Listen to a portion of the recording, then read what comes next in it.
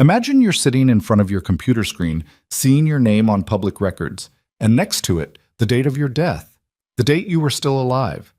That's the moment I realized my son had declared me dead on paper, to seize the house I'd built my whole life. And his wedding? It was held right on that land, with an empty chair reserved for the deceased mother.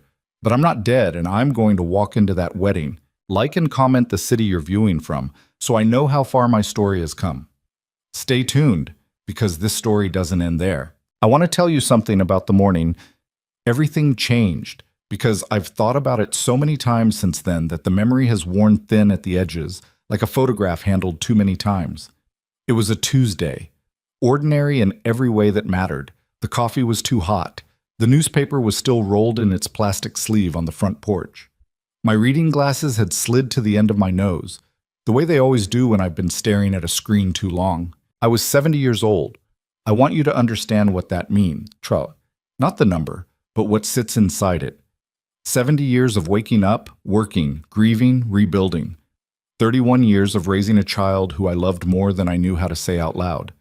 22 years of widowhood, learning to carry a house and a life without anyone to share the weight. 70 years of being a person, a real, living, breathing person with opinions about the weather and a preference for her coffee black and a habit of leaving the television on at night because the silence gets too loud. I was that person on that Tuesday morning, and then I wasn't. It started with the water bill. That might sound ridiculous. Of all the ways a person's life could fracture, a water bill seems almost insultingly mundane. But that's the thing about the way betrayal actually works. It rarely arrives with fanfare. It sneaks in through the administrative cracks, through paperwork you weren't supposed to look at, through a discrepancy so small you almost miss it. The county had sent a notice about updated property records for the Hayes estate. That was what everyone called it, the Hayes estate, like it was something out of a novel. It wasn't grand in the way people imagine when they hear the word estate. It was 12 acres of land outside of Clover Ridge, Virginia, with a main house that my late husband, Gerald, had started building the year we married. He'd finished the east wing 3 years before he died, and I'd added the garden paths and the stone wall myself, piece by piece, on the weekends when Ethan was at soccer practice and I needed something to do with my hands besides feel sorry for myself. That land was mine, not ours, not theirs, mine. Gerald had made sure of it.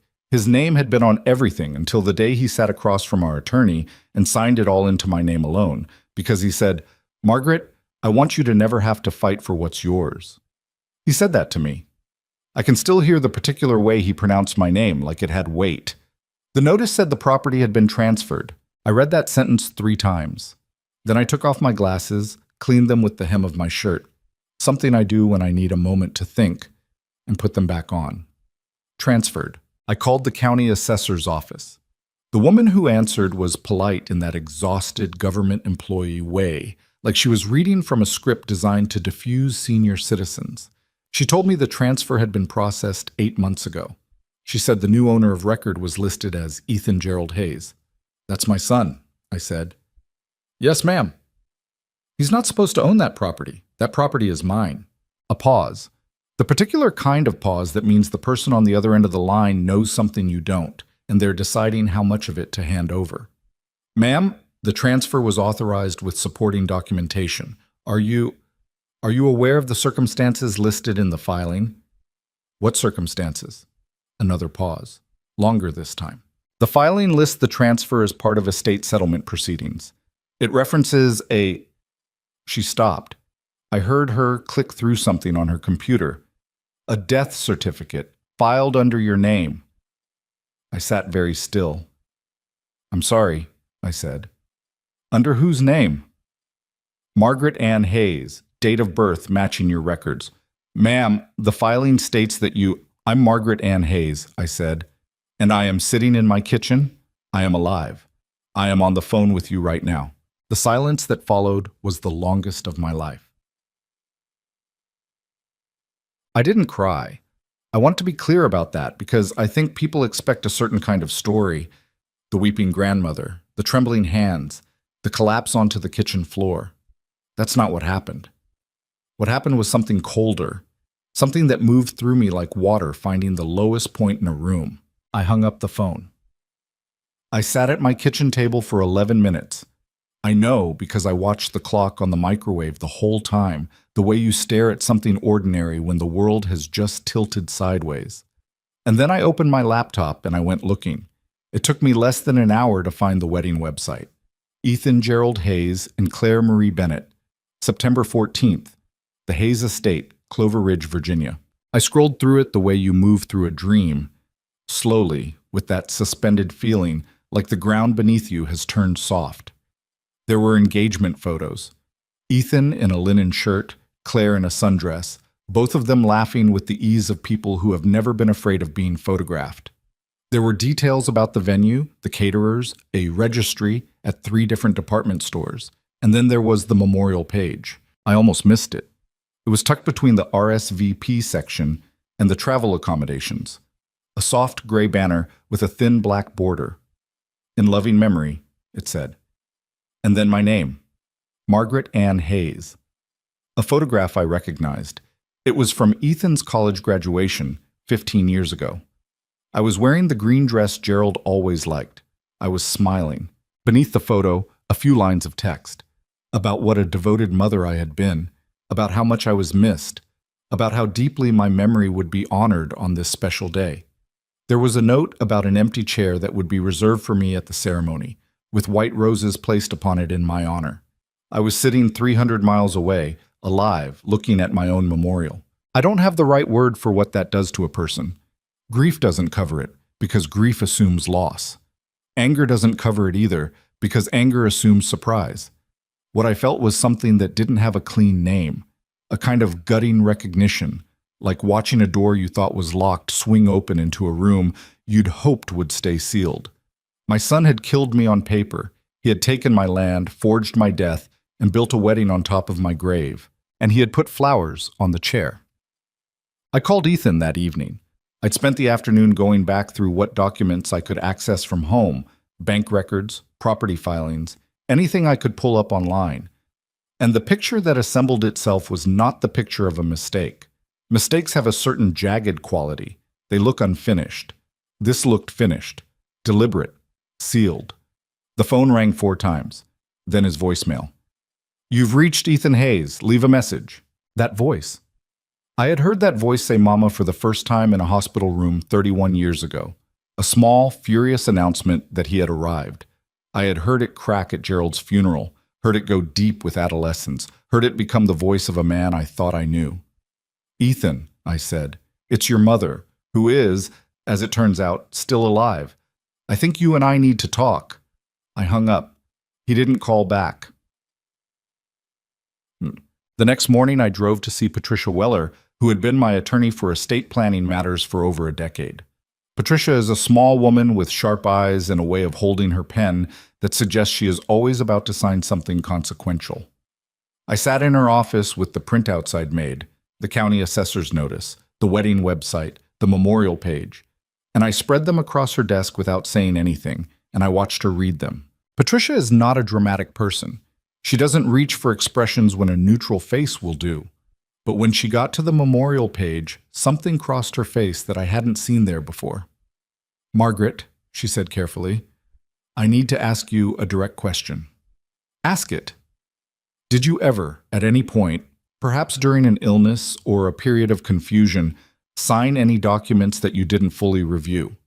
Anything that Ethan might have presented to you as routine?" I thought about it genuinely. That's the kind of question that deserves a real answer, not a reflexive one. "There was a health directive," I said slowly. 3 years ago. I was having knee surgery and Ethan offered to help me update my paperwork.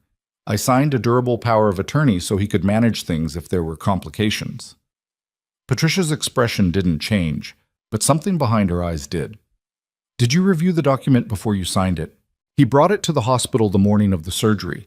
I was already on the pre-op medication. I trusted him."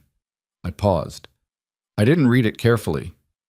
The silence that followed was different from the one on the phone with the county assessor. This one felt like the click of something locking into place. "I can't handle this matter myself," Patricia said. "What you're describing is outside my practice area. And honestly, Margaret, you need someone who specializes in exactly this kind of fraud." She was already reaching for her card file. I'm going to give you the name of Victoria Cross. She's aggressive, she's thorough, and she does not lose. She slid a card across the desk. I picked it up.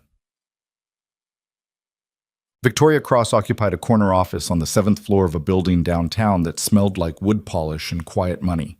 She was younger than I expected, mid-40s, dark hair pulled back with the brisk efficiency of someone who doesn't have time for things that slip. And she had the particular quality of a person who listens to you without performing listening. She didn't nod excessively or tilt her head. She just sat there and absorbed what I said, and when I finished, she asked 3 very precise questions. Do you still have the original deed to the property? Yes, in a fireproof box in my bedroom. Do you have the original power of attorney document you signed before your surgery? I have my copy. I'm not sure what it says. Do you have any correspondence, email, text, letters from Ethan regarding the property, the estate, or anything financial in the past 3 years? I thought about it.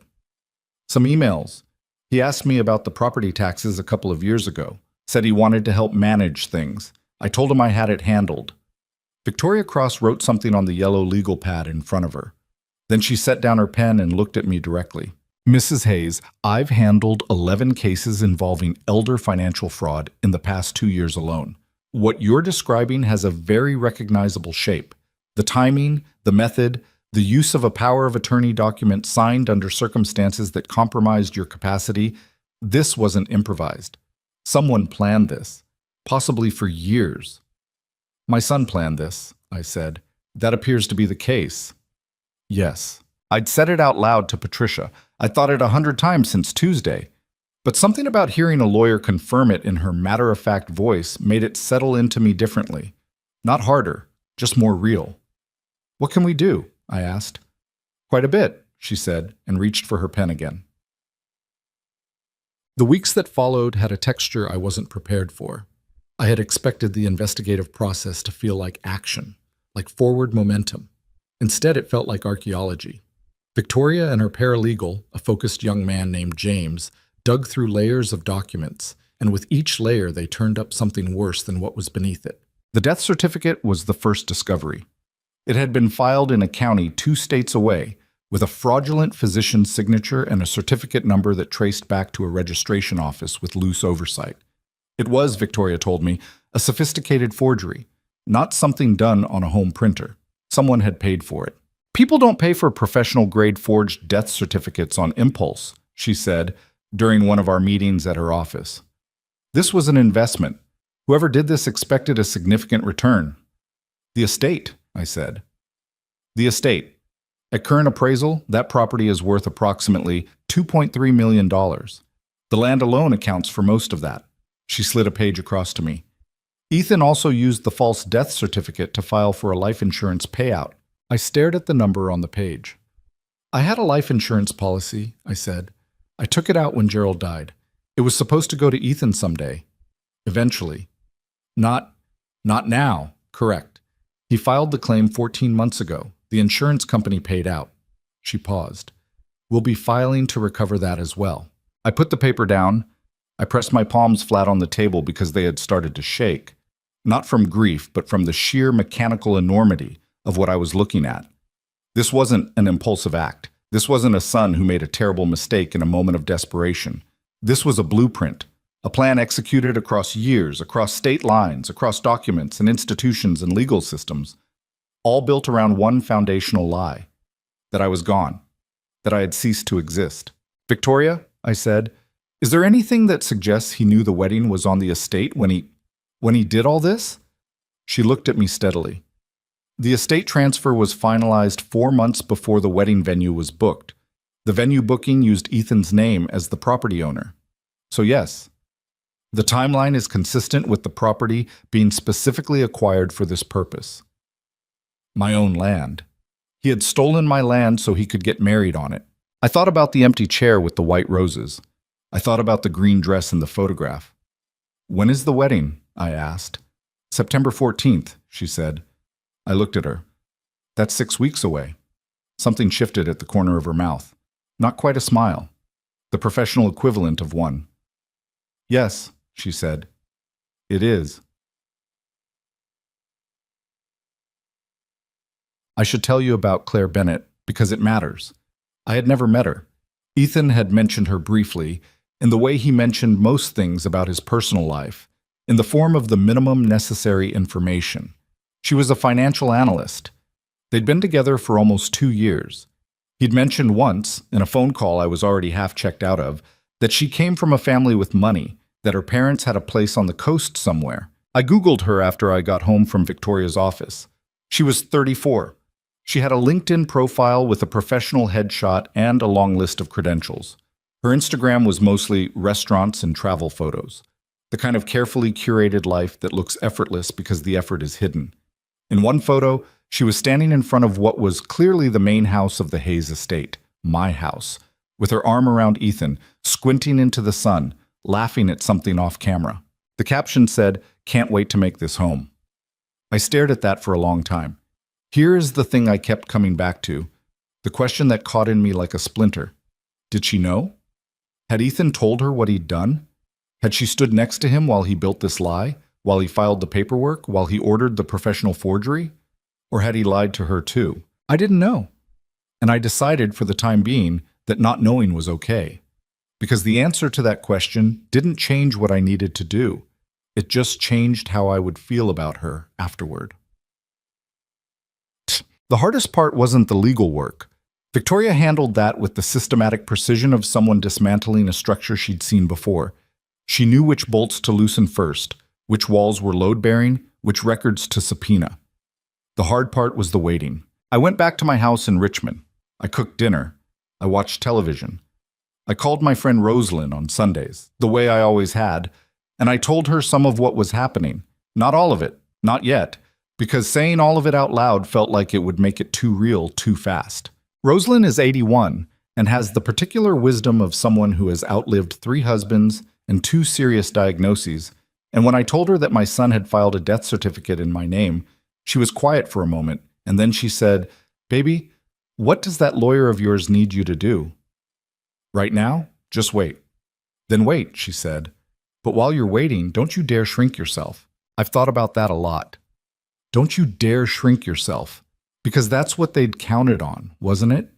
That if anyone ever found out, I'd be too old, too confused, too grief-stricken to fight. That a 70-year-old woman who'd been declared dead on paper would have trouble convincing anyone she was worth listening to. I was not going to shrink. Some evenings I drove out to the Hayes estate, my estate, and parked at the end of the long gravel drive. I couldn't go in. Technically, on paper, I wasn't supposed to be there. The transfer was fraudulent, Victoria had confirmed that, but until the legal challenge was filed and a judge weighed in, going in and asserting myself physically could complicate things. So I sat in the car. I looked at the house through the windshield. The stone wall Gerald had started. The oak tree in the front that I'd planted from a sapling when Ethan was 7 years old. The east wing windows that caught the last of the evening light. I had built that place with my own life. I had poured 30 years of love and loss and stubborn persistence into those 12 acres, and my son had taken a piece of paper with a dead woman's name on it and handed it to a county office like it was a receipt. I did not cry. I started the car and drove home, and I thought, for the 6 weeks between that Tuesday and September 14th, about what it means to be erased. Not metaphorically, actually erased, removed from the record, declared non-existent by the one person who had been present at the very beginning of your existence. Ethan had looked at everything I was and decided it was easier to make me disappear than to ask. He never once asked. Not for the land, not for money, not for help with a wedding venue. He never sat across from me and said, "Mom, I need something." He just took out a pen and wrote me out of my own life. And the chair, the empty chair with the white roses, that was the part that got under my skin and stayed there. Because it told me that he knew, on some level, that what he was doing was wrong. People don't memorialize things they feel clean about. They don't put flowers on graves they made themselves unless they're trying to turn a crime into a tribute. He wanted to grieve me publicly so that he wouldn't have to feel guilty privately. That chair was not for me. That chair was for him. Tập say deep sight. 3 weeks before the wedding, Victoria called me on a Thursday afternoon. "We have everything we need," she said. "Forged death certificate, fraudulent property transfer, false life insurance claim, and a power of attorney that we can demonstrate was obtained under compromised conditions. I've also identified 2 additional financial accounts that were opened using your information after the certificate was filed. What happens now? Now we prepare for September 14th, she said. There was something in her voice, controlled, deliberate, the way someone sounds when they're about to say the thing they've been building toward. Mrs. Hayes, there are 2 ways we can proceed. We can file the legal challenge through normal channels, which will stop the property transfer eventually, possibly in months, possibly in a year. And Ethan will face criminal charges in due course. Or, I said. Or we wait, she said. We wait until September 14th. We let him prepare his wedding. We let the guests arrive. And then you and I walk through those gates together, and we serve the notice in person, in front of every person he's invited to witness the happiest day of his life. The legal effect is the same either way, but She paused. The message, I said quietly.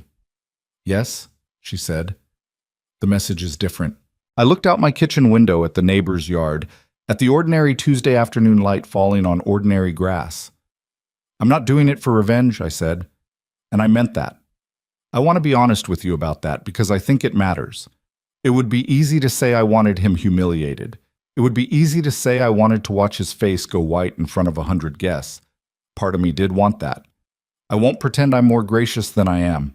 But that's not what I was going to those gates for. I was going because I was alive. Because the woman in that green dress in the photograph on his memorial page was sitting in her kitchen, breathing, thinking, planning, fighting. And no forged document, no empty chair, no careful lie was going to make her disappear. I'll be there, I told Victoria. I know, she said. The night before September 14th, I laid out what I was going to wear. Not the green dress. That photograph had taken something from it, made it belong to the memorial version of me, and I wasn't going to give them that. I chose a navy blazer over a pale blue blouse and slacks, and the low heels I wore when I needed to feel grounded. Practical. Present. I did not sleep well. I didn't expect to. Sometime around 3 in the morning, I got up and sat in the kitchen and made tea I didn't drink, and I thought about Gerald, about the way he used to say, when I was worked up about something, Margaret, what do you actually want? Not what did you want to happen to the other person, not what did you want them to feel. What do you want? What did I want? I wanted my name back. I wanted the record to show that I existed. I wanted every person who had received a save-the-date card with my memorial on it to know that the woman they were told had died was, in fact, very much present. I wanted to walk into my own home through my own gates and stand on my own land. That was what I wanted. Everything else, the consequences for Ethan, the unraveling of the plan, the legal proceedings, that was justice. That was necessary. But it wasn't what I was going for. I was going because I refused to be the empty chair. I finished the tea I hadn't drunk and went back to bed. In 6 hours, I would be standing at those gates. In 6 hours, everything Ethan had built on the foundation of my supposed death would begin to shake. I closed my eyes. I was 70 years old and very much alive, and morning was coming. Victoria Cross was not the kind of lawyer who eased you into bad news. She delivered it the way a surgeon delivers a diagnosis, directly, without softening the edges, because she understood that false comfort was its own kind of harm. So when she called me into her office for the second time, 3 days after our initial meeting, and spread 8 manila folders across the conference table like she was laying out the pieces of a broken thing, I knew we were past the preliminary stage. Sit down, Margaret, she said. Not unkindly, just firmly. I sat. I want to walk you through what we've found so far because I need you to understand the full scope of this before we decide how to proceed. She opened the first folder. The death certificate was filed 22 months ago, not in Virginia, in a county in West Virginia with a notoriously understaffed vital records office. The physician listed on the certificate is a Dr. Raymond Polk. Dr. Polk retired from practice 6 years ago and has been living in Florida. His license number was used without his knowledge. Someone stole a retired doctor's credentials, I said. Yes, and paid someone to produce a document that would pass a cursory review. This isn't something Ethan could have done himself at a kitchen table. He had help. She tapped the folder. We're still working on identifying who produced the document. That's a parallel investigation. What matters right now is the chain of events after it was filed. She opened the second folder. 14 days after the certificate was filed, an application was submitted to First Colonial Life Insurance for a beneficiary claim payout under your policy. The claim was processed in approximately 8 weeks. The payout, $420,000, was deposited into a joint account held by Ethan Hayes and an LLC registered in Delaware. I stared at the number. I had taken out that policy when Gerald died, back when Ethan was still in his 20s, and I was terrified of leaving him with nothing if something happened to me. $420,000. I had paid premiums on it for 19 years. He didn't even wait a month, I said. No, he did not. Victoria moved to the third folder. 31 days after the insurance payout, the property transfer was filed with the Clover Ridge County Assessor. The transfer documents include a signature attributed to you, authorizing the conveyance of the Hayes estate to Ethan Gerald Hayes as sole heir following your death. She turned the page toward me and pointed. That is not your signature. I looked at it. It had the general shape of my handwriting. Someone had clearly studied it. But there was a tightness to the loops, a forced quality that I recognized the way you recognize a bad imitation of someone's voice, close enough to fool a stranger. Nothing close to the real thing. No, I said. It's not. We've engaged a forensic document examiner. She's prepared to testify that this signature was produced by someone who had access to authentic samples of your handwriting, likely from documents Ethan handled on your behalf over the years, and attempted to replicate the general style without the natural variation that comes from a real person signing their own name. I thought about all the documents I'd let Ethan help me with over the years. Tax paperwork, insurance renewals, the health directive before my surgery. Every time he'd said, "Mom, let me take care of this," and I'd handed something over because he was my son, and I was tired, and it seemed easier, and I trusted him. Every single one of those moments had apparently been a resource, a sample, a tool in a toolkit being assembled for a purpose I never imagined. "Victoria," I said, and my voice came out steadier than I felt. "How long do you think he was planning this?" She didn't answer immediately. She closed the third folder and looked at me the way people do when they're deciding how honest to be. "The LLC in Delaware was registered 4 years ago," she said. "That's the earliest traceable element we've found so far. 4 years. Ethan had been sitting across from me at Thanksgiving dinner, calling me on my birthday, sending me a fruit basket at Christmas, for 4 years, while he was building the infrastructure to erase me. I pressed my hands flat on the conference table. "Keep going," I said. The fourth folder was the one that broke something loose in me, though I didn't let it show until I got home that night. Victoria laid out the mortgage documentation. Ethan had taken out a loan against the Hayes estate, my property, which he now owned on paper, in the amount of $800,000. The loan had been processed by a private lending institution that specialized in estate-backed financing. The collateral was the land itself. "He mortgaged my home," I said flatly. "Yes, and used approximately half the proceeds to fund the wedding." She said it without editorializing, but the fact sat in the room like something physical. "The catering contract alone is $62,000. The floral arrangements, which I understand include an installation of white roses throughout the main house and grounds, are another $18,000. The photography and videography package is $24,000. The guest list is approximately 240 people. He borrowed against my land to pay for a party," I said. "A party on your land?" "Yes." I thought about the white roses, the empty chair, the photograph of me in the green dress, memorialized on a wedding website while the man who built that memorial was busy spending borrowed money against the property he'd stolen.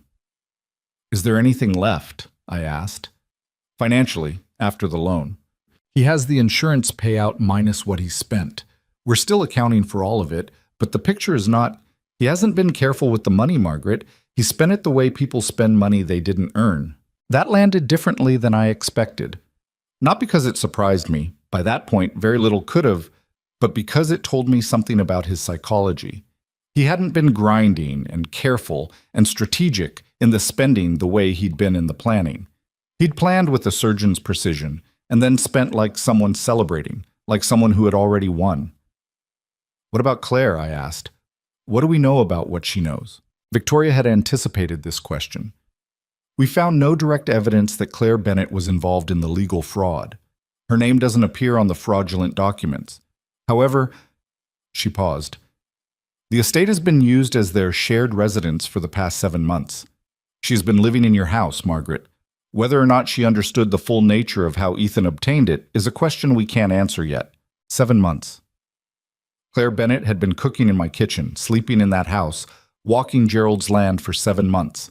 I felt something hot move through my chest, and I let it pass through without holding on to it, because holding on to it wouldn't do anything useful. What else? I said. The 5th and 6th folders were, in Victoria's words, where it got complicated. In addition to the property transfer and the insurance fraud, Ethan had opened 3 financial accounts, 2 checking accounts and 1 investment account, using documentation that listed my social security number and date of birth under his name as estate executor.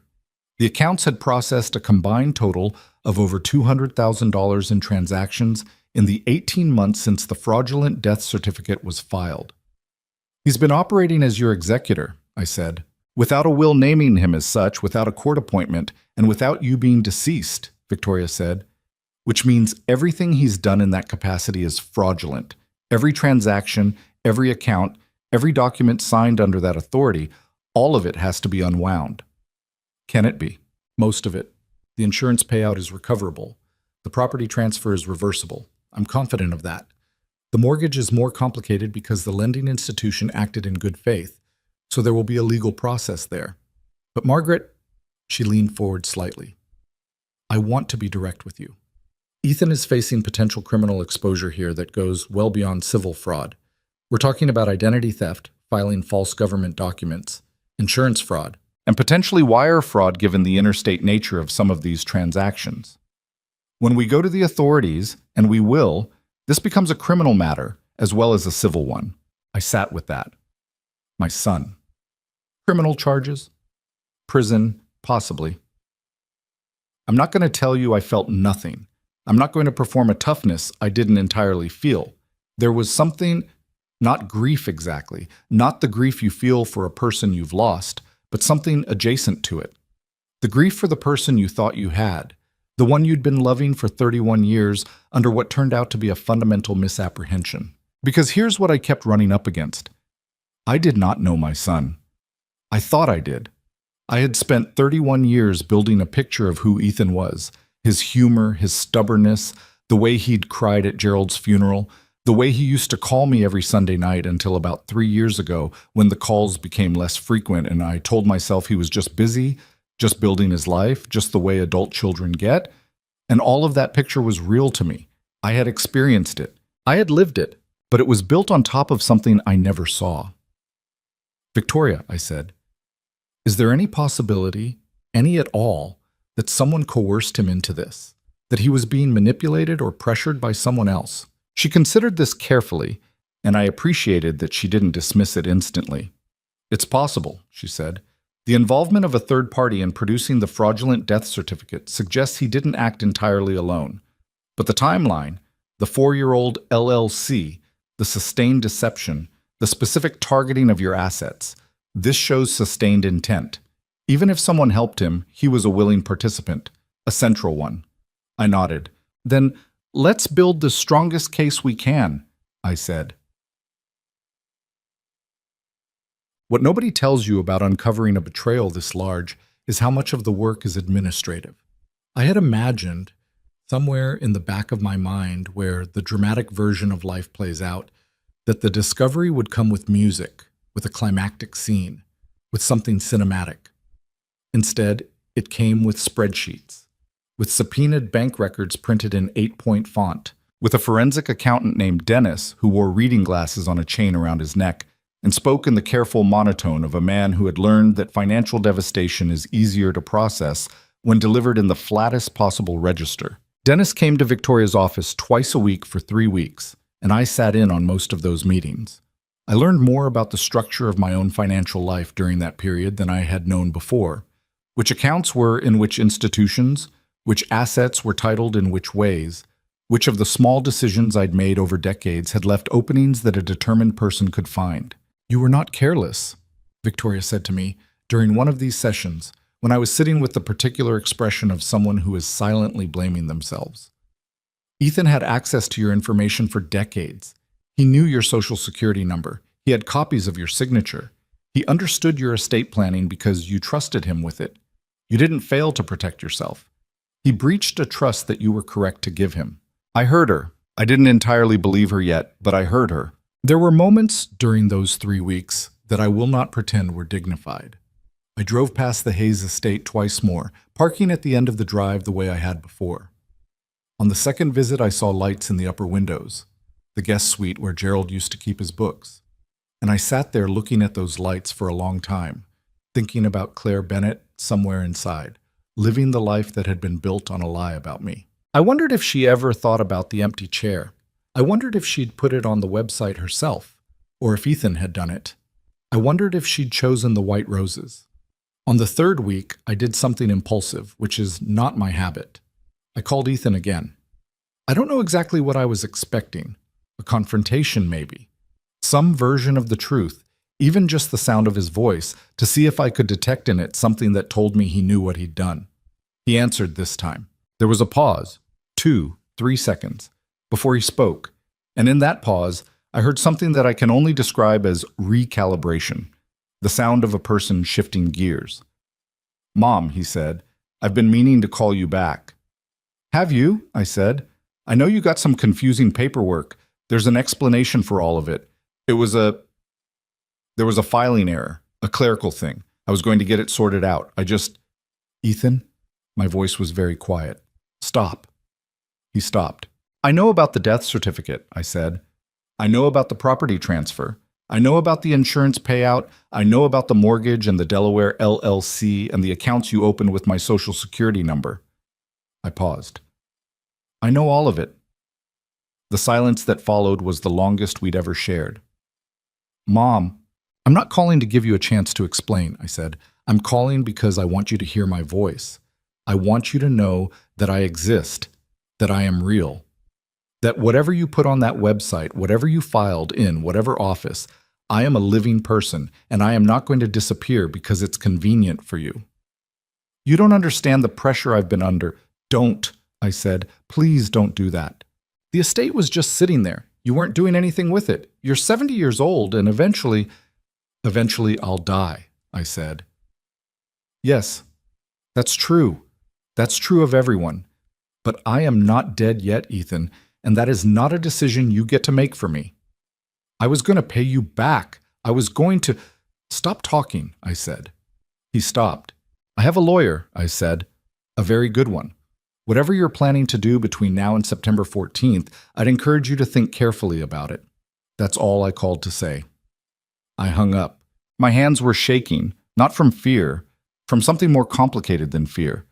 From the effort of holding myself together while I was on that call, from the particular exhaustion of maintaining composure in front of the person who least deserved to see you composed, from the way his voice had sounded, still searching for the angle, still trying to find the version of the story that would make what he'd done sound like something I could absorb and accept. The estate was just sitting there, as if it were furniture gathering dust, as if the 30 years of my life embedded in those 12 acres. Gerald's hands on the stonework, my hands in the garden, the oak tree I'd watched grow from a sapling to something tall enough to give real shade, were merely inventory awaiting redistribution. I sat at my kitchen table and I thought about my mother, who I'd lost when I was 52, and her mother, who I'd known only briefly, and all the women in my line who had built things and held things and passed things forward, and I thought about what it meant that my son had looked at all of that and seen an opportunity. I did not call Rosalind. Not that night. That night I needed to be alone with it.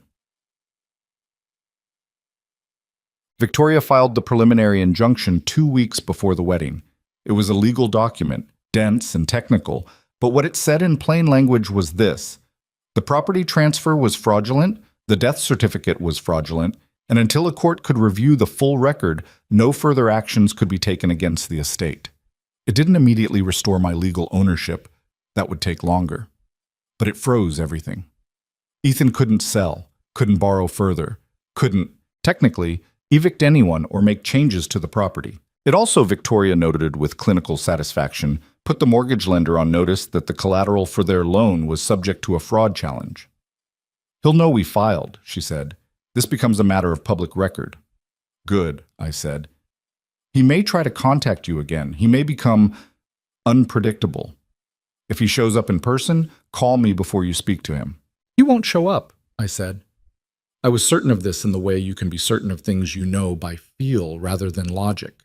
Ethan had never been someone who showed up for the hard things. He'd skipped Gerald's last month in the hospital, claiming work conflicts. He'd missed my knee surgery recovery because he said he couldn't get away. He did not show up for difficult things. He sent texts. Sure enough, 2 days after the injunction was filed, I received a text. "Mom, I think we need to talk before this goes further. I made mistakes, but destroying the family isn't the answer. Can we please just sit down?" I read it twice. I put the phone face down on the counter. I made myself a cup of tea. The family. He said the family like it was a thing that still existed in its original form, like it wasn't already something he had hollowed out and replaced with paperwork. Destroying the family. As though I were the one doing the destroying. I picked the phone back up and typed one sentence. "There's nothing to discuss outside of a courtroom." I put the phone down again. I thought about September 14th. I thought about the white roses and the empty chair and the 240 guests who would arrive with their wedding gifts and their good clothes and their assumption that they were attending a celebration. I thought about walking through those gates. The tea went cold while I was thinking, and I drank it anyway because that's the kind of person I am. I don't waste things, even cold tea, even time that feels like it's moving too slowly. You drink what you have and you wait for what's coming. And what was coming fast. September 14th arrived the way significant days always do. Ordinary on the outside, carrying everything on the inside. I was up at 5:30, not because I'd set an alarm, but because my body understood that this was not a morning for sleeping past the light. I stood at the bathroom mirror longer than usual, not out of vanity, but out of something closer to necessity. I needed to look at my own face, to confirm, in some private and unglamorous way, that I was real. That the woman in the mirror was the same woman whose name appeared on a memorial page, whose photograph had been posted under in loving memory, whose absence from the world had been filed, documented, and officially recorded by the County of West Virginia. I was real. My face told me so. The lines at the corners of my eyes, the gray in my hair that I'd stopped fighting somewhere around year 66, the small scar along my jaw from a fall I'd taken when Ethan was 9 years old, and I was chasing him around the yard. Real, present, undeniably alive. I put on the navy blazer. I put on the pale blue blouse. I put on the low heels that made me feel grounded. Victoria picked me up at 7:15.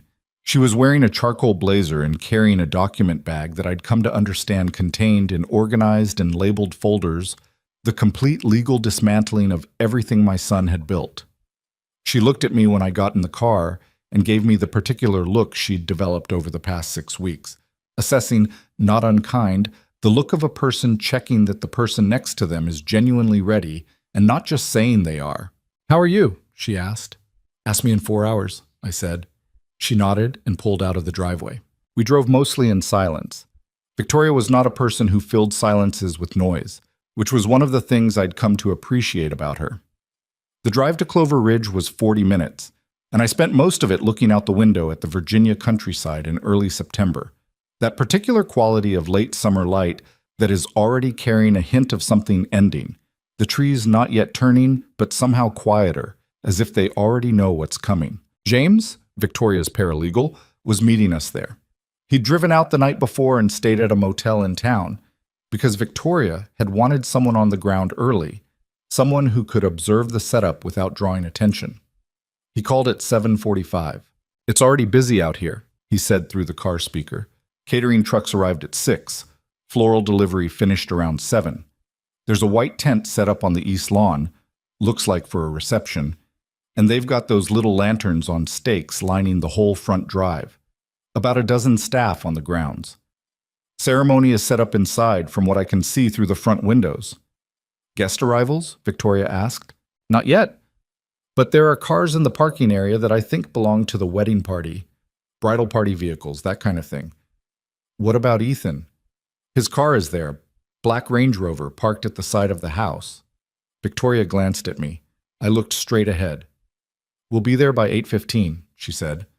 Meet us at the end of the front drive. I had driven that approach hundreds of times.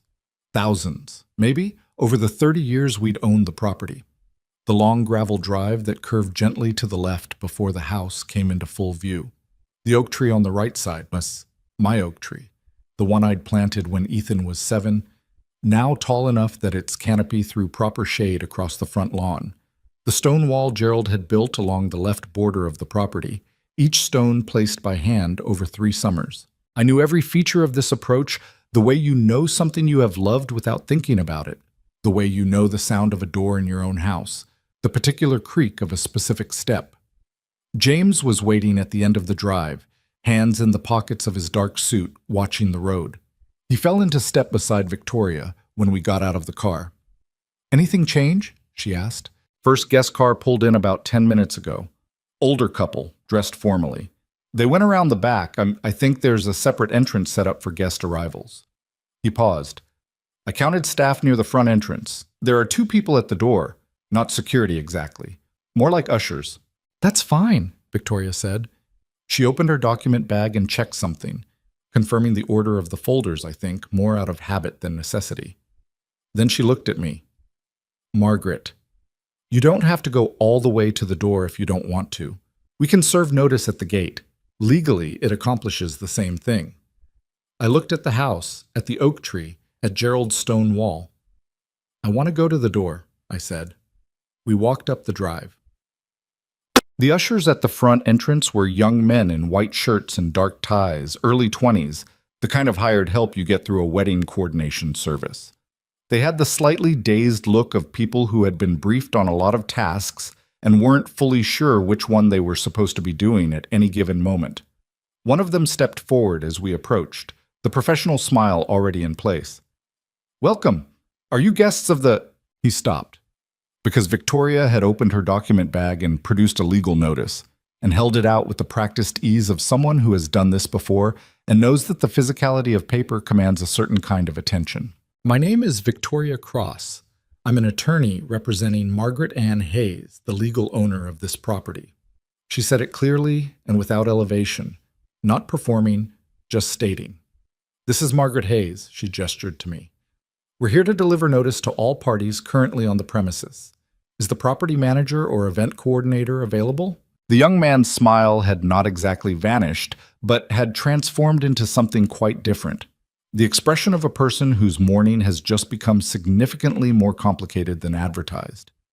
Let me get someone, he said. Please, Victoria said. The second usher had already slipped inside. The first one stood there, clearly uncertain whether to leave his post or stay, and settled on staying while looking in the direction his colleague had gone. We waited. I stood very still and looked at the front of the house, at the white roses wound around the entrance columns, at the soft cream ribbon tied in a bow at the top of the door, at the small chalkboard sign leaning against the stone step that said Ethan and Claire, September 14th in the kind of careful calligraphy that costs extra. I had painted that front door myself. Forest green. 12 years ago, on a Saturday in October, while Ethan was in college and I was home alone and decided the door needed a change. I had stood on a step stool with a paintbrush and painted it one careful stroke at a time, and when I was done, I'd stepped back and thought, that's better. It was still green. Nobody had changed it. I was still standing there looking at the door when it opened. What? The woman who came out was not one of the ushers. She was mid-40s, dark pantsuit, the air of someone whose entire job is managing situations that have gone sideways. A wedding coordinator, I would learn later.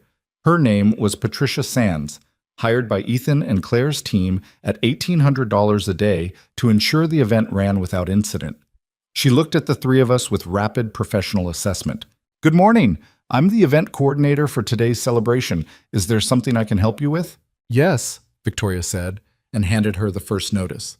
This is a legal notification under Virginia Code, informing you that this property is currently subject to an active fraud injunction and is under legal dispute.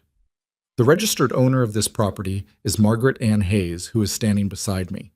The transfer documentation that authorized use of this property for today's event was obtained through fraudulent means, including a falsified death certificate filed in the name of Mrs. Hayes. Patricia Sands read the first 3 lines of the notice and looked up.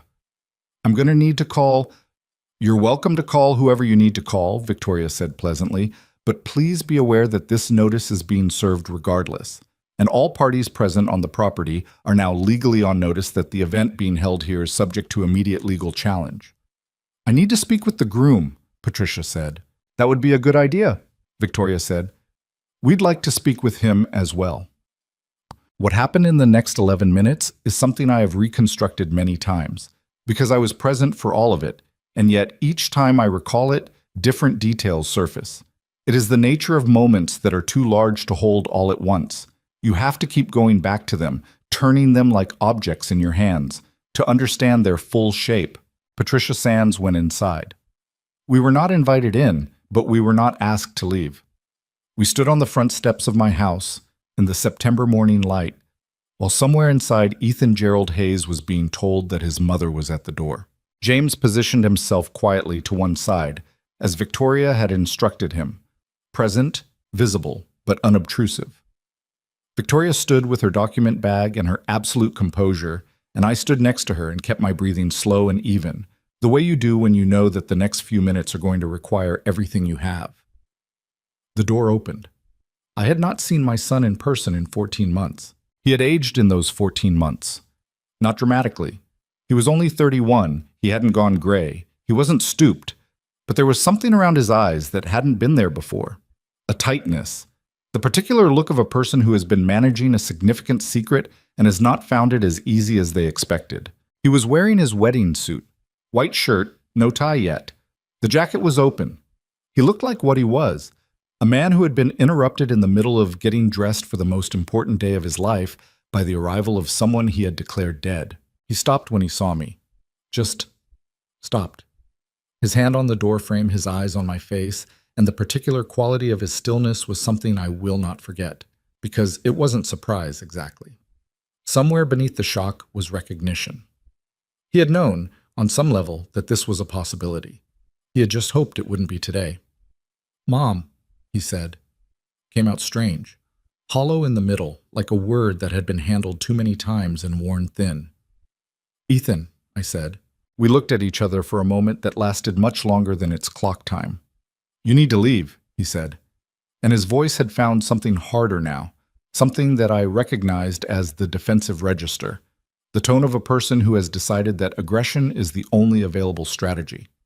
"This is private property. This is my property. You need to go." "It's not your property," I said quietly.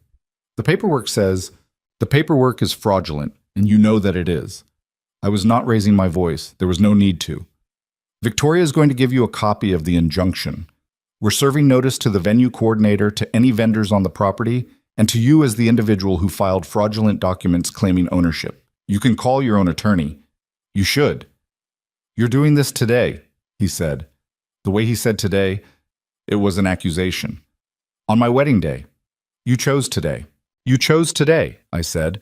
"You planned a 240-person event on property you obtained by filing a death certificate with my name on it. You put a photograph of me on your wedding website under the words, 'In loving memory.' You reserved an empty chair for me with white roses on it." I paused. "You chose every one of those things. I'm just here." Something moved across his face that I couldn't entirely read. Not remorse. I don't want to give it that name because I'm not sure it deserved it. Something more complicated. A crack in the front.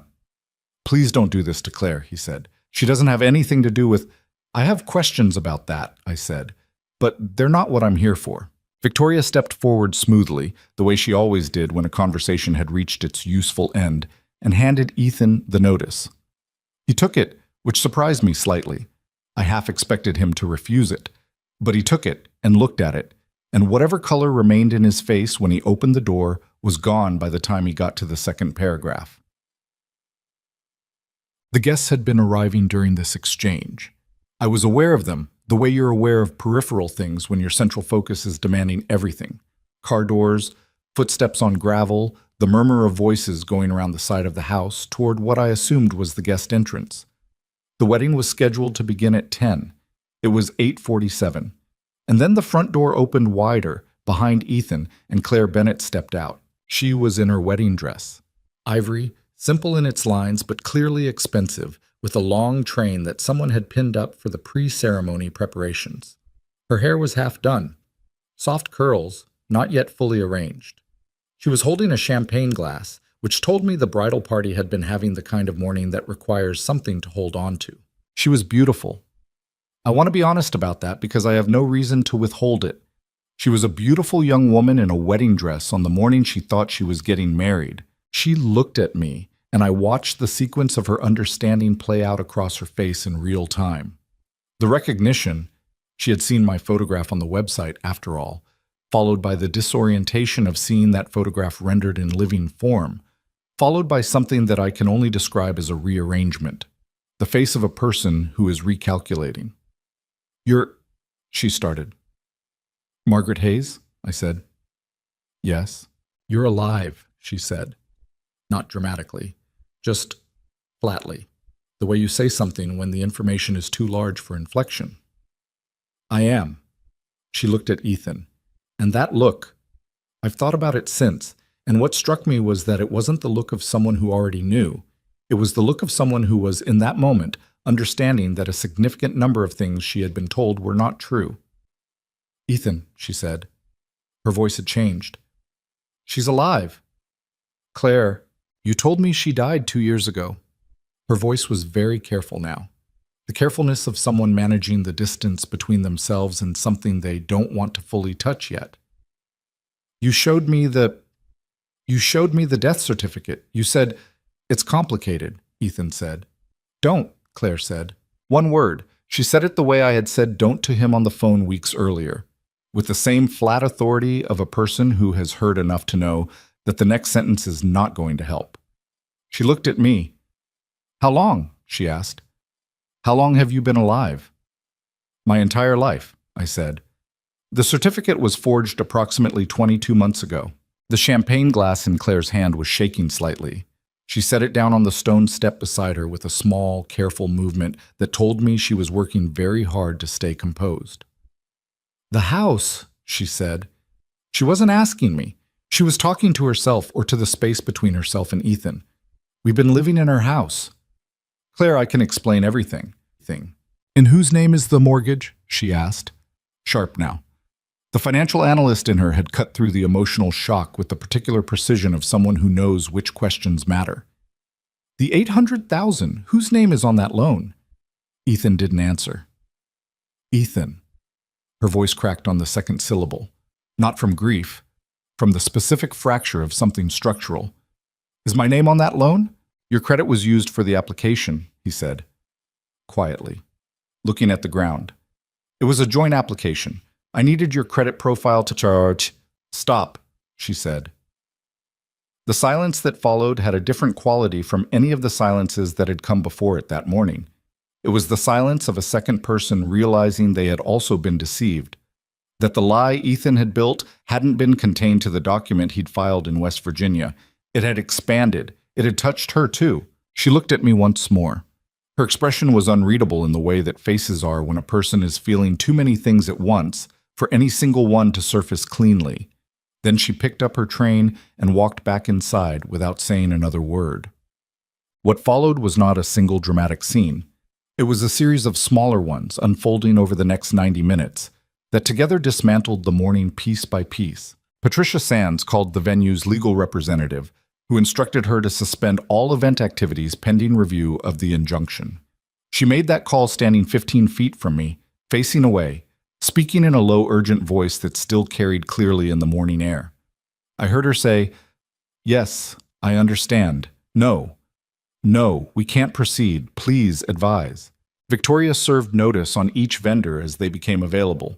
The catering team, the photography company whose contract named the Hayes Estate as the event location, the floral installation company whose representative was in the process of setting up the rose arch in the main hall when she was interrupted. Each of them received a notice. Each of them made a phone call. Each of them stood down. Ethan had disappeared back inside after Claire walked away. He did not come back out. Guests continued to arrive for a while, unaware of what was happening at the front of the house, walking their good shoes through the side entrance toward a ceremony that was no longer going to occur. At some point, I don't know exactly when, word began to circulate through the property. I saw it in the body language of the guests who appeared at the side of the house and looked toward the front with that particular expression of people who have just been told something that doesn't make sense and are trying to make it make sense. A woman in a sapphire blue dress approached me at one point. She had the look of someone from Claire's side, the way she carried herself, something particular in her expression of outrage and protectiveness. "Are you really her?" she asked. "Ethan's mother?" "Yes," I said. She looked at me for a long moment. Then she said, "He told everyone at the rehearsal dinner that you'd been a wonderful woman and that losing you had been the hardest thing he'd ever faced." I didn't know what to say to that. I stood there with it for a moment.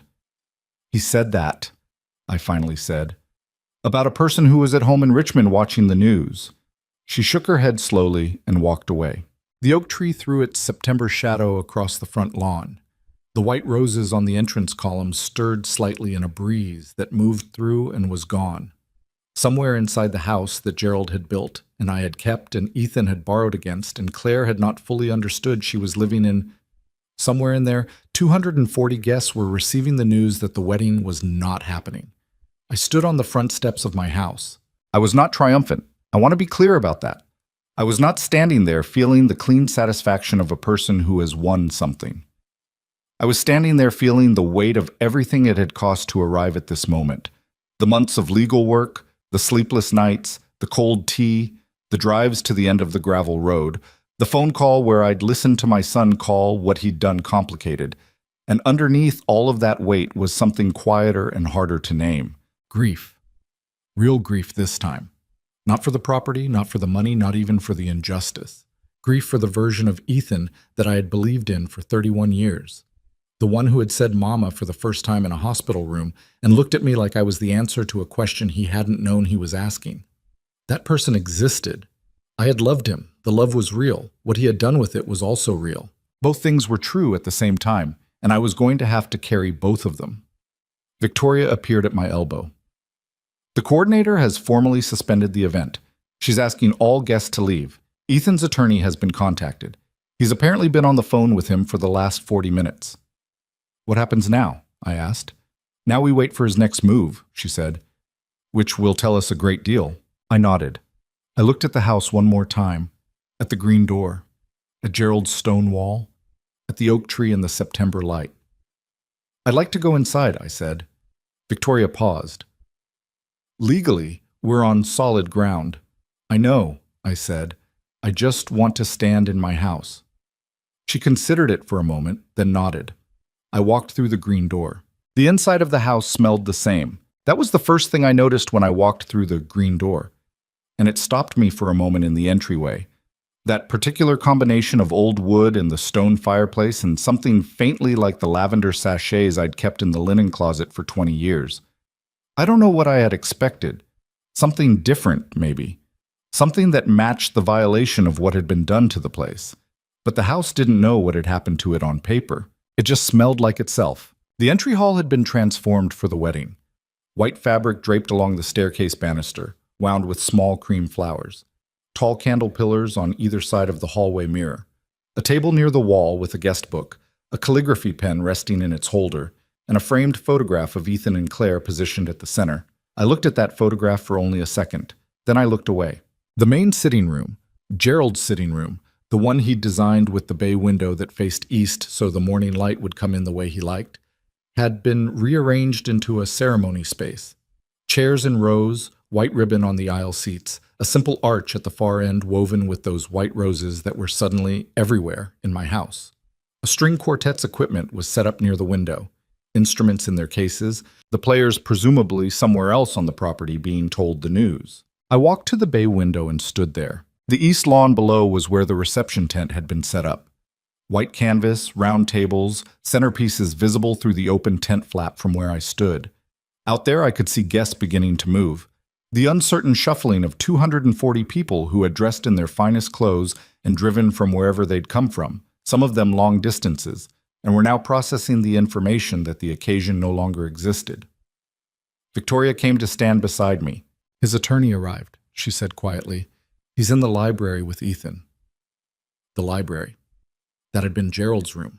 Floor-to-ceiling shelves on 2 walls, the big oak desk that had taken 3 men to carry up the stairs when we bought it. It was the room where Gerald had gone to think, and where I had gone after he died to sit in his chair and feel close to something I couldn't name. Ethan was in there with a lawyer, trying to figure out how to survive the morning. When do we present the full evidence? I asked. That depends on him, Victoria said. His attorney has requested a brief meeting. They want to discuss terms. Terms, I repeated. I suspect they're going to try to frame this as a misunderstanding, a legal confusion around the power of attorney, perhaps, something that can be settled quietly without criminal charges. I turned from the window. And what do you think we should do?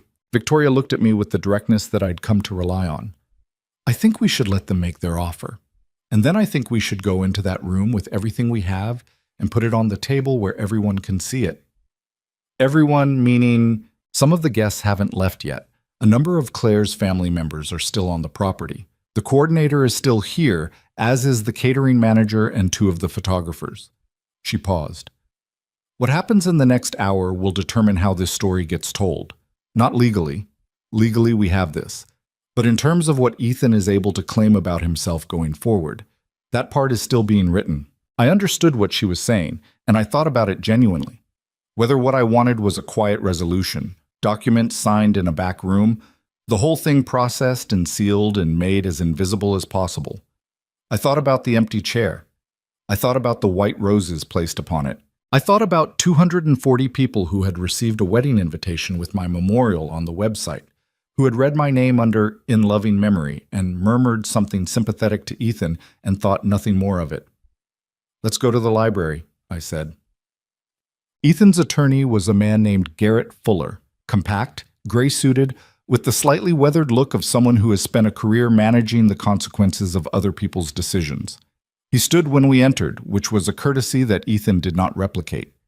Ethan was sitting in Gerald's chair behind Gerald's desk, and when I walked in, he looked at me and then looked at a point somewhere past my left shoulder, the particular avoidance of a person who cannot hold eye contact with the thing they've done. The room had been altered. Of course it had. They'd lived here for 7 months. Some of Gerald's books were gone from the lower shelves, replaced with things I didn't recognize. A different lamp on the desk, a framed photo of Ethan and Claire on the wall where Gerald's degree certificates had hung. Small changes. Each one a small erasure. I sat down across from Garrett Fuller. Victoria sat beside me. James positioned himself near the door. Mrs. Hayes, Garrett Fuller began, I want to start by acknowledging that this situation has clearly caused you significant distress. And my client, your client, filed a fraudulent death certificate in my name, I said. Let's not start with distress. Fuller adjusted slightly. There were documentation errors that Ethan deeply regrets. He recognizes that the manner in which the property transfer was handled was inappropriate, and he's prepared to— Garrett. Victoria's voice was pleasant and completely immovable. I have in this bag a certified forensic analysis confirming the death certificate filed in West Virginia is a forgery.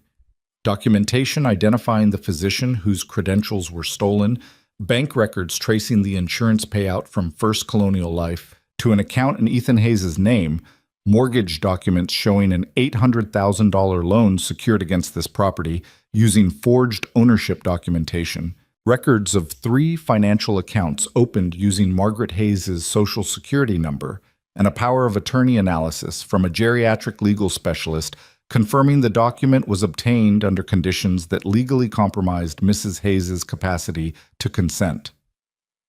She set the bag on the desk with a soft, deliberate sound. Documentation errors is not the framework we're working in. The silence in the room had a particular texture. I watched Garrett Fuller look at the bag and recalibrate his entire posture in about 4 seconds. Ethan still wouldn't look at me. Ethan, I said. Nothing. Ethan, look at me. He looked up. His eyes were red at the edges in the way that could mean crying or could mean no sleep, and I genuinely didn't know which it was. "I want you to understand something," I said. "I'm not here to negotiate. Victoria is going to present what she has because it needs to be on the record. But I want you to hear this from me directly before that happens." I paused. "I loved you.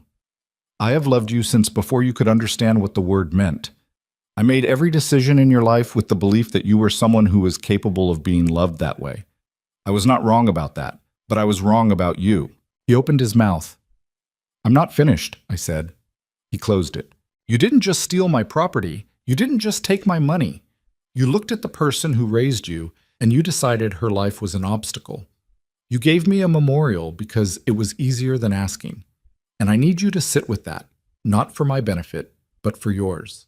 Because whatever happens in a courtroom, whatever the charges are, whatever the sentence is, you are going to have to live inside the person who did this, and that is not going to be easy." The room was completely quiet. Then Ethan said, in a voice so low I almost missed it, "I didn't think you'd find out."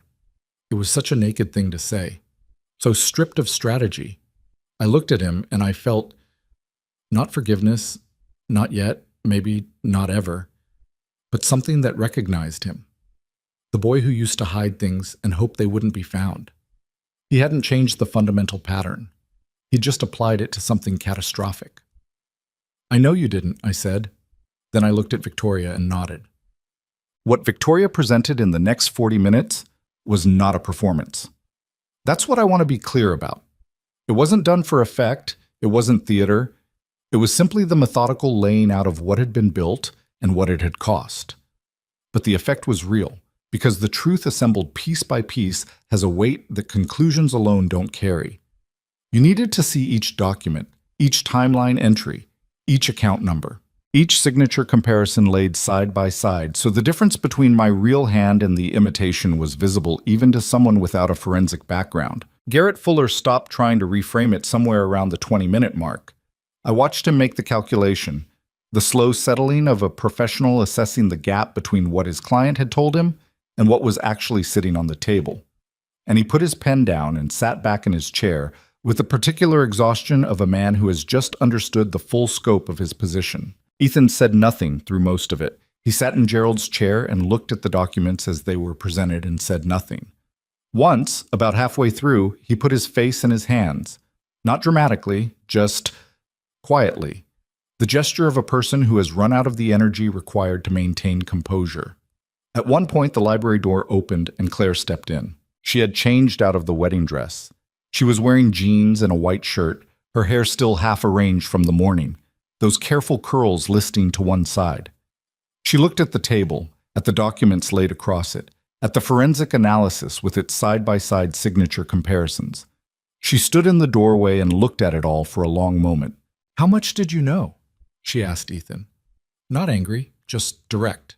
The voice of someone who needs information and has decided that the pretense of decorum is no longer useful. "Claire, how much did you know when we moved in here? When you told me this was your inheritance? When you said your mother died 2 years ago and left you this property? How much of that was true?" He didn't answer. "The mortgage," she said. "My credit profile on the loan application. Did you ever intend to tell me about that?" "I was going to." "Were you?"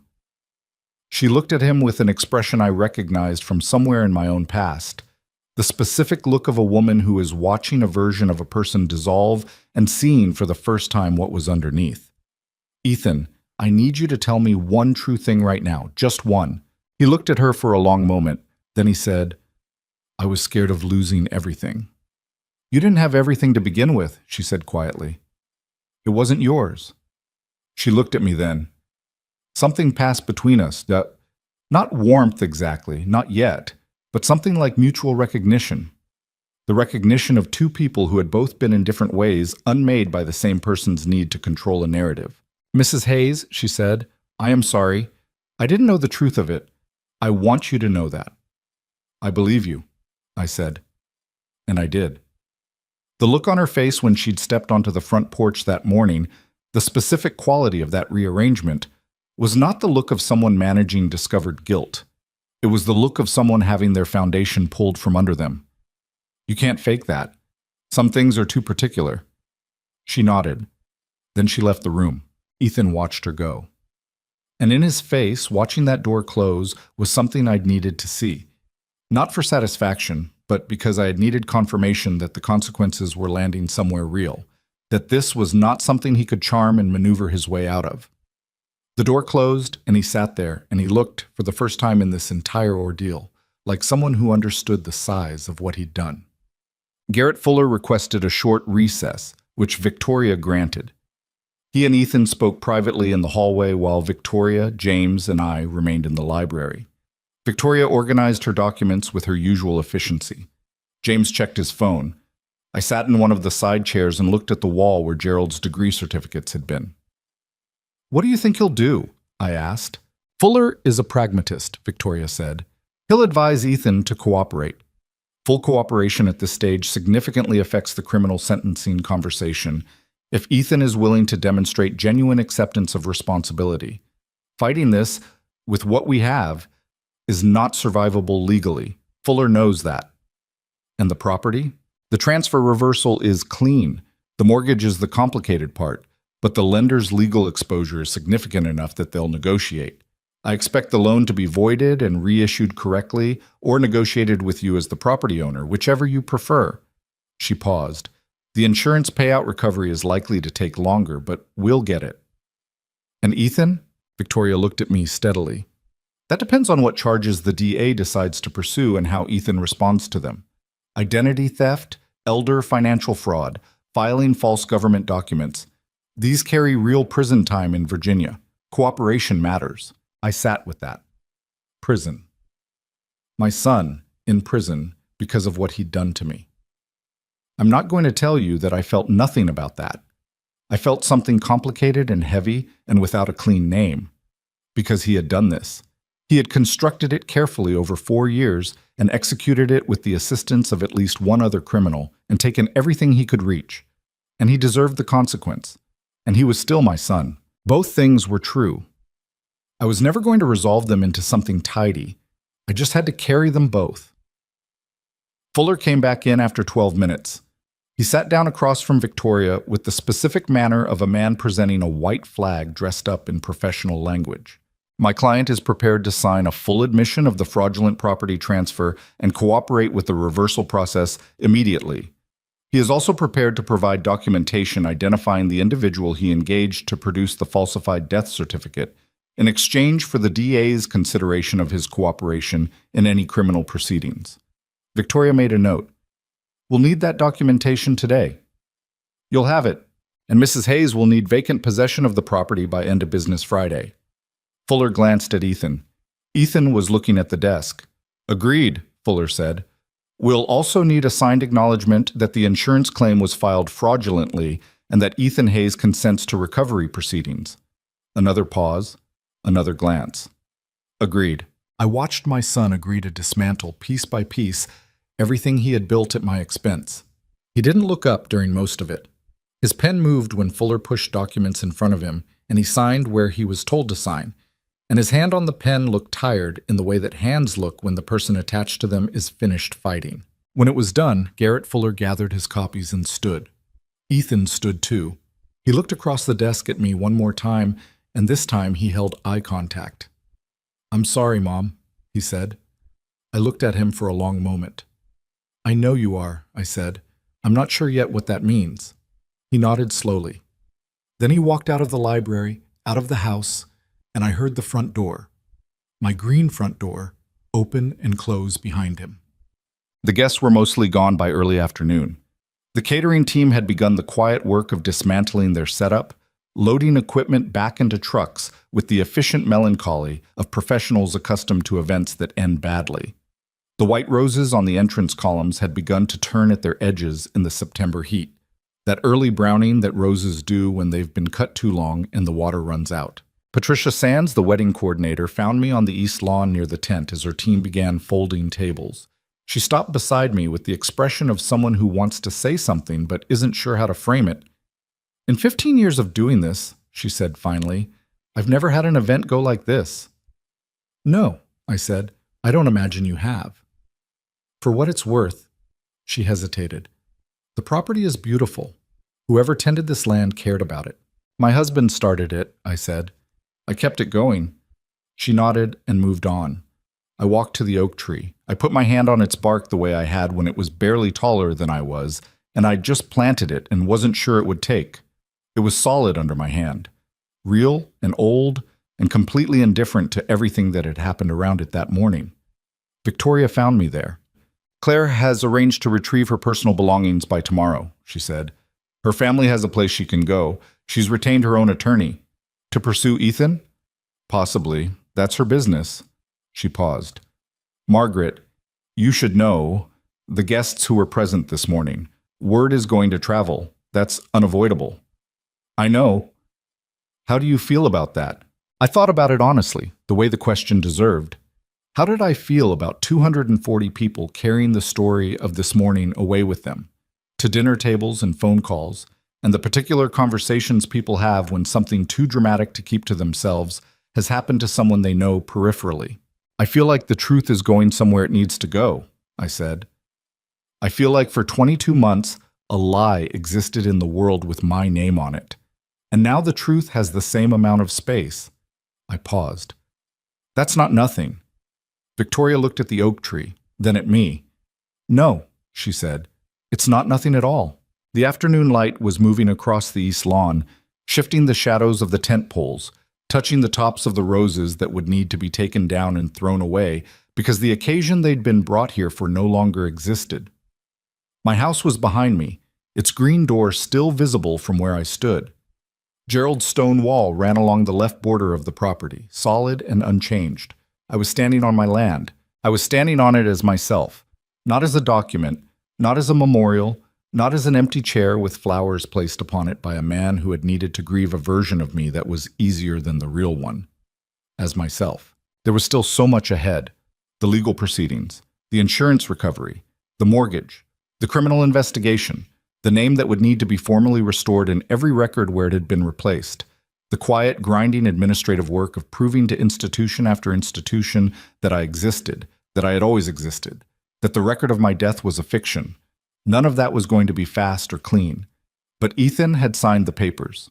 The lie had a crack in it now wide enough to walk through, and I intended to walk through it. The white roses were the last things to go.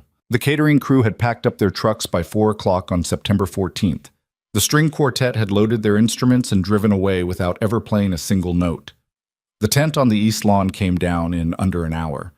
Those professional crews are efficient in a way that is almost unsettling, the way they can dismantle an entire world in the time it takes you to have a cup of coffee.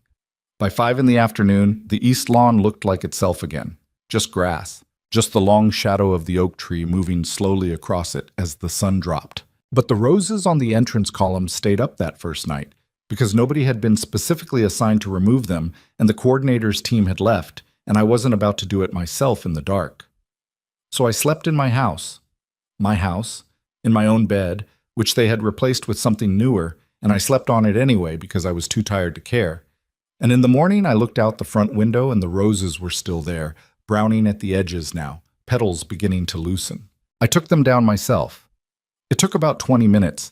I didn't feel anything dramatic doing it, just the physical fact of pulling white roses off columns that Gerald had built, dropping them into a trash bag, folding the decorative wire back into a neat pile. Practical. Present. Mine to deal with. That was how the weeks after September 14th felt, mostly. Practical. The emotion was there. It moved through in waves at unexpected moments, the way grief does when it isn't the clean kind. But the surface of every day was occupied by tasks, and the tasks kept me moving when moving was what I needed. Claire and her family cleared the house in 2 days. They were efficient and quiet about it, arriving early on the Saturday morning with a rented van and a small group of people who kept their eyes down and worked without speaking much. I was not there for most of it.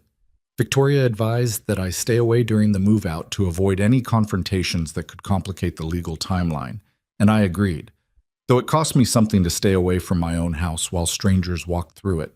On the second morning, when I drove back to check the property, I found a note on the kitchen counter, handwritten on plain paper in careful handwriting. Mrs. Hayes. I've returned all keys. The guest suite closet has some items that were there when we arrived. I didn't touch them. I'm sorry for what happened to you. I mean that. Claire. I stood in my kitchen and read that note 3 times. Then I folded it and put it in the drawer where I keep things I'm not sure what to do with. The guest suite closet turned out to contain 3 boxes of Gerald's books, the ones that had been removed from the library shelves to make room for things that weren't his. Someone, at some point, had boxed them up instead of throwing them away. I don't know if that was Claire or Ethan or someone hired to rearrange the room, but they were there, intact. I sat on the floor of the guest suite and opened the first box and pulled out a copy of Steinbeck's East of Eden that had Gerald's name written inside the cover in his handwriting. The particular slant of it, the way he always underlined his own name like a statement, and I held it for a long time. Then I put it back in the box, stood up, and started carrying things back to where they belonged. The legal proceedings moved faster than I had expected, and slower than I needed, which is the nature of legal proceedings. They operate on their own time, and your urgency is not a variable they account for. Ethan had provided, as agreed, the name and contact information of the man who had produced the fraudulent death certificate. His name was David Kraft, a former paralegal who had been disbarred and had spent the subsequent years operating in the gray and black markets of document forgery. The FBI became involved once it became clear that Kraft had produced similar documents in at least 4 other states. Ethan's cooperation with that investigation was noted in his file. Victoria kept me updated with the particular blend of directness and discretion that I'd come to rely on. She called on Tuesday and Thursday afternoons, always at 2 o'clock, always with a prepared summary and enough time afterward for me to ask questions. The DA has filed charges, she told me on a Thursday in October. Elder financial fraud, identity theft, and filing a false government document, 3 counts. I was in the garden when she called. I had started working on the stone paths again. They needed re-leveling in a few places, and the physical work of it was good for me in the way that repetitive outdoor labor is good for people who are thinking too much. I sat down on the low stone wall Gerald had built and listened. "What does that mean for a sentence?" I asked. With cooperation, the DA's office is looking at a range of 18 months to 3 years, likely with early release eligibility. Without cooperation, it would be significantly longer. She paused. His attorney has been in ongoing discussions. Ethan has been cooperative in the sense that he's not fighting the charges. Whether that represents genuine remorse or simple pragmatism, I couldn't say. "It doesn't matter," I said. Not harshly, just honestly. Either way, it's the right outcome. "How are you doing with it?" Victoria asked. She didn't ask me that often. She was not the type to check in on feelings as a regular agenda item. So when she did ask, I knew she meant it. "I'm doing with it the way you do with something that can't be undone," I said, "one day at a time." Which I know sounds like something from a motivational poster, but that's genuinely what it is. She made a sound that might have been a short laugh. "The insurance recovery has been confirmed. First Colonial Life will return the full $420,000 to your estate, plus interest, within 60 days. The mortgage situation is resolved. The lender voided the original loan and has recorded a formal acknowledgement that the collateral was fraudulently obtained. That's filed with the county. And the death certificate? Formally rescinded in West Virginia. A correction has been filed with the National Vital Records System. Every agency that received notification of your death has been contacted. The Social Security Administration, the IRS, the state DMV, your bank, your insurance providers." She paused. "It's a long list, Margaret. These things take time to fully clear, but you are officially and completely alive." "I was always alive," I said. "Yes," she said. "Now the paperwork agrees." Otosh. I called Rosalind that night. I told her everything. The parts I'd held back over the months because they were too large or too raw or too complicated to hand someone over the phone. She listened without interrupting, which is one of the things I love most about her, because she understands that some stories need to be told all the way through before they can be responded to. When I finished, she was quiet for a moment. "Baby," she said, "I want to ask you something, and I want you to actually answer it. Go ahead. Do you think you'll ever hear from him again? Ethan?" I had thought about this. I'd thought about it more than I'd admitted to anyone in the small hours of the night when the house was quiet, and the thinking that you've been keeping at bay during the daylight hours finds its way in. I don't know, I said. Maybe when the legal process is over, maybe never. I paused. I'm not holding a door open for him, but I'm not locking it permanently either. Not because he deserves a door, but because I don't want to spend the rest of my life defined by the act of keeping something closed. Rosalind was quiet on the other end of the line. That's a hard thing to carry, she said. Yes, I said. It is. How do you carry it? I looked out the kitchen window at the dark yard, at the outline of the stone wall visible in the moonlight, at the shape of the oak tree against the sky. By remembering that it's his weight, I said, not mine. I can acknowledge it without picking it up. Rosalind said, Gerald would have been proud of you. I didn't answer that right away. I let it sit in the air between us, the way some things need to be held without being immediately addressed. He would have been furious, I said finally, and then he would have been proud, in that order. She laughed. It was a real laugh, the kind that has warmth in it. I laughed too, briefly, and it felt strange and necessary at the same time. In November, I received a letter from Claire. Not a note this time, an actual letter, 3 pages, handwritten on decent stationery. I stood at the kitchen counter and read it twice before I put it down. She wrote that she had retained her own attorney and was pursuing a civil claim against Ethan for the fraudulent use of her credit profile on the mortgage application. She wrote that she had been in therapy since September and that the process of understanding what she had been living inside of for 2 years was ongoing and not simple. She wrote that she had loved Ethan genuinely and that the loss of that, not the house, not the plans, but the person she had believed he was the part she was still working through. She also wrote this, near the end of the letter, and I'm going to try to give you the substance of it because I think it matters. She wrote that meeting me, in those few minutes on the front porch, had clarified something for her. That seeing a 70-year-old woman stand in front of the house that had been stolen from her and refused to be made small. That had done something in Claire. She wrote that she was trying to learn how to do that, to refuse to be made small. I read that part several times. Then I sat down at the kitchen table and I wrote her back. It took me the better part of an afternoon because I kept starting and stopping, trying to find the version that was honest without being either falsely warm or cold. In the end, I told her that I bore her no ill will, that I believed her when she said she hadn't known, that what she was doing, the therapy, the civil claim, the work of rebuilding something real, was the right thing, and that she was young enough that it was very much possible. I told her one more thing. I told her that nobody teaches us, when we are young and choosing people to love, to ask the right questions. We are told to look for kindness and humor and shared interests. We are not told to look for what a person does with the truth when the truth is inconvenient. We are not told that the most revealing thing about someone is not how they behave when everything is fine, but what they reach for when things get hard. I told her that was the lesson I was taking forward. I mailed the letter on a Tuesday. I don't know if she wrote back. The story between Claire and me was not one that needed a tidy conclusion. Some things just need acknowledgement and then release. Ethan's sentencing came on a gray Thursday in January. I did not attend. I had the right to. As the victim, I could have submitted a statement, could have appeared, could have sat in the courtroom and watched the gavel come down. Victoria had prepared a victim impact statement on my behalf, and she asked me twice whether I wanted to deliver it in person. Both times I said no. People asked me why later, and I found the answer hard to explain because it was genuinely complicated. It wasn't forgiveness. It wasn't the desire to protect him from the experience of seeing my face in that room. It was something more like a decision about where I wanted to put my presence, what I wanted my physical existence to be associated with going forward. I had walked through those gates on September 14th. I had stood in my house. I had watched the lie come apart in real time, in front of the person who built it. I had been there for that. I had shown up for the part where the truth needed a body to carry it into a room.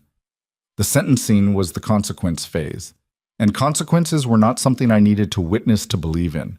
They happened whether I was there or not. Victoria called me that afternoon with the result.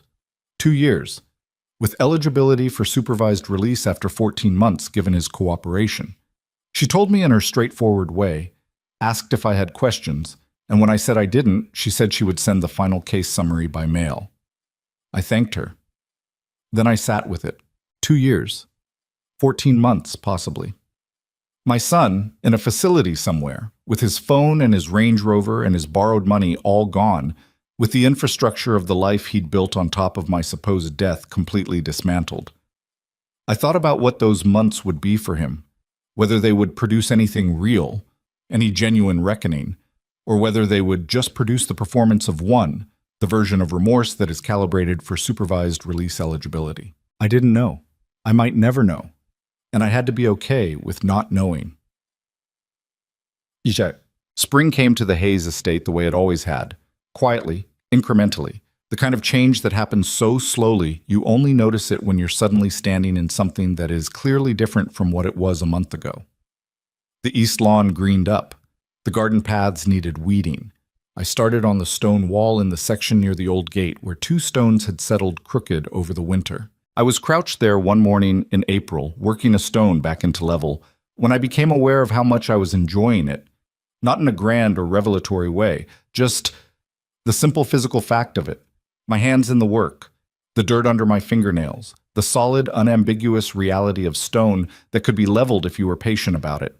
I was 70 years old and I was on my land and I was working on a wall my husband had built and my hands were dirty and my knees hurt from crouching and the sun was on my back and I was genuinely, completely fine, not healed. I want to be careful about that word because I think it promises something too clean. The thing that had happened to me, the full scope of what Ethan had done, the 22 months of a false record existing with my name on it, the ways I had loved him and what that love had been used for, that was not something that healed like a cut. It was something that changed shape as time passed. Some days it was heavy. Some days it was just a fact. Like scar tissue, you no longer notice until you press on it. But I was fine. Real life fine, not performance fine. There's a difference, and I'd learned to respect it. Rosalind came to visit in May. She drove up from North Carolina. She still drives at 81 and says she will continue to do so until someone takes her keys. And since nobody has the nerve to take her keys, she drives. And she arrived on a Friday evening with a casserole dish and a bottle of wine and the kind of energy that a person has when they are genuinely glad to be somewhere. We sat on the back porch that evening, the one that faced west, and we watched the sun go down over the property. The oak tree was full with May leaves. The garden was coming in slowly, the way gardens do when you've had to start them over. I'd replanted the rose bed along the south wall. Different roses this time, a deep red variety, nothing white. Tell me what it feels like now, Rosalind said. Not how are you, which is a question people ask without expecting an answer. Tell me what it feels like. She always asked the real question. I thought about it for a while before I answered. It feels like... I stopped. Started again. You know how when you've been sick for a long time and you don't realize how sick you were until you're not sick anymore? It wasn't an illness, what happened. But there's something similar in the recovery. I keep noticing things I'd stopped noticing. The way the light hits the stone wall in the morning. The sound this house makes when it settles at night. The fact that my name is my name again, legally, on every document, and nobody has a file somewhere that says I don't exist. I paused. I didn't realize how much I'd contracted, how much space I'd stopped taking up, not just because of what he did, but for years before that. Being older and alone and telling yourself you don't need much, you're fine, you've got what you need. I was making myself small before he even filed the paperwork. Setsi Rosalind looked at me. And now? Now I'm not doing that, I said. She raised her wine glass. I raised mine. We didn't make a toast out of it. We just drank, and the evening settled around us, and the property was quiet in the way that it gets quiet in May, when the birds have finished their sunset argument and the light goes amber and long. Here is what I want to tell you. If you've been with me this whole way, I'm not going to tell you that everything worked out perfectly, because it didn't. The estate took months to fully restore in the records. There are still institutions, a secondary bank, an obscure medical insurance file, that required individual correspondence to correct. The insurance money came back, but the process was exhausting in the way that bureaucratic processes are exhausting when you are fighting to prove something that should never have needed proving. My knees still hurt. The house still has a particular empty quality in rooms where things were moved and not quite put back right. Ethan and I have not spoken since the day he walked out the green door. He sent a letter from the facility in February. 3 paragraphs. The words were the right words. Sorry, regret, hope that someday. But words are not the thing I was measuring him against anymore. I read the letter. I put it in the same drawer as Claire's note. I have not decided whether to respond. That decision is not overdue. Some things can wait until you are ready, and I am allowed to not be ready. What I will tell you is this. There is a specific kind of theft that is worse than taking money or property, and it is the theft of a person's right to exist in the record, to have their name mean something, to be a legal, documented, recognized presence in the world that they built and paid for and lived in and loved people in. When Ethan filed that death certificate, he was not just stealing assets, he was erasing a person. He was saying, "You're convenient as a memory and inconvenient as a fact." I was not willing to be a memory. I am not willing to be a memory. I am 70 years old and I work in my garden and I call Rosalind on Sundays and I eat dinner alone most nights. And sometimes the evenings are very quiet in a way that costs something. And I am still, undeniably, irrefutably, on the record as existing. My name is on the deed. My name is on my accounts. My name is in the county records, alive and correct and not going anywhere. Nobody gets to decide when you stop mattering. Not a son, not a piece of paper, not a photograph under the words, "in loving memory." Not an empty chair with white roses that were placed there by someone who wanted the grief of you without the inconvenience of you. You decide when you stop mattering, and I have decided not to. That is the whole of it. That is what I went through those gates for, what I walked through the green door for, what I sat in courtrooms and lawyers' offices and my own kitchen in the dark for. Not revenge, not punishment, though punishment was deserved and arrived. Not even justice, though justice matters. I did it to put my own name back in my own mouth and mean it. Margaret Ann Hayes, 70 years old, legal owner of the Hayes Estate, Clover Ridge, Virginia, present, documented, alive. The oak tree is full and green. The stone wall holds. The red roses along the south wall came in beautifully this spring. Better than I expected, honestly, because I'm not always the best gardener, and I'll admit I overwatered them in March. But they came in, and so did I.